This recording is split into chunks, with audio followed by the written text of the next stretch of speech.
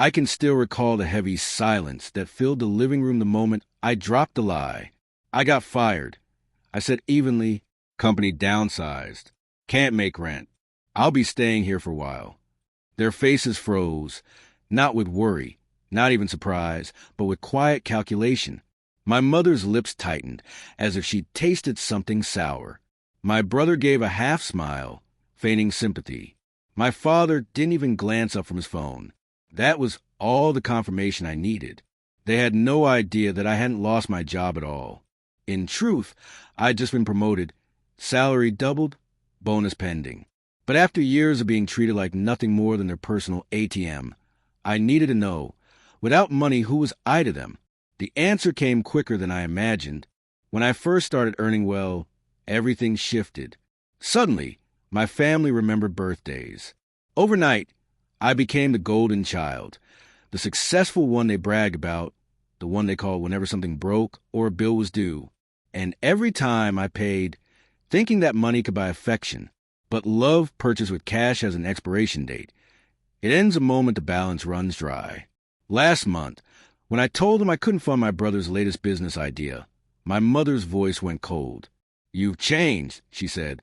"Money's made you selfish." That was the moment I realized the truth. They didn't love me. They loved what I provided. So I decided to take it all away.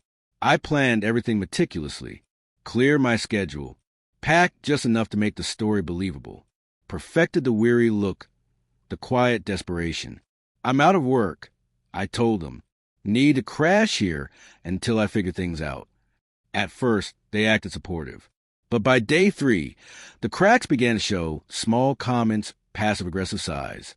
My mother complained about the house feeling cramped. My brother started locking the fridge at night, as though I might steal food. And my father, the silent judge, muttered to her when he thought I couldn't hear, "We don't need him here if he's not paying the bills." I said nothing, just observed, listened, memorized every word. Each jab became fuel. Each look another nail sealing the coffin of my loyalty. I waited 2 weeks, long enough for their disdain to fully surface. I let them believe I was broken, unemployed, defeated. I even applied for fake jobs in front of them, sighing loudly enough to invite pity that never came. Then one night over dinner, my brother smirked and said, "Maybe it's time you learn how the rest of us live." I smiled back. "Maybe you're right."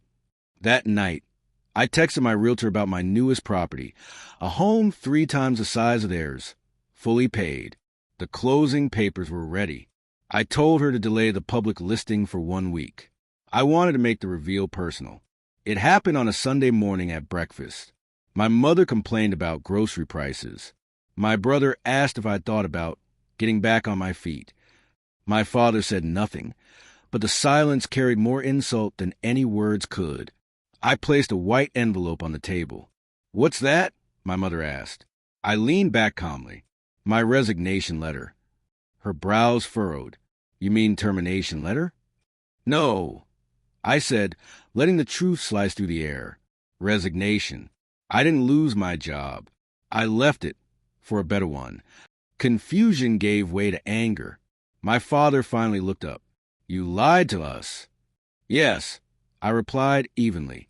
I needed to know what mattered more, me or my money. Turns out it wasn't much of a contest. My brother laughed nervously. "You're joking, right?"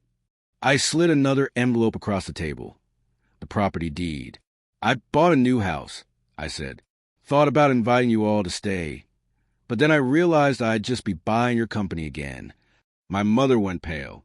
"You can't just—" "I can," I said, standing. "And I am—" The silence that followed was exquisite. Thick, heavy, filled with panic they didn't dare voice.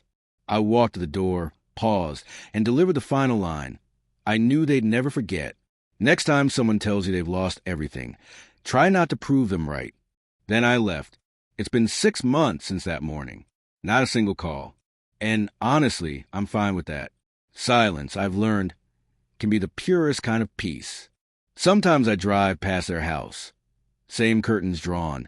Same car parked, same bitterness in the air. And then I return to my balcony, coffee in hand, watching sunlight spill across glass and steel. everything I built without them. Revenge doesn't always need noise. Sometimes it's just walking away with everything they thought they took from you. They taught me that love bought with money is empty. I taught them that indifference is priceless. And the best part? They'll never realize how much I enjoyed watching them reveal their true selves while believing they were seeing mine.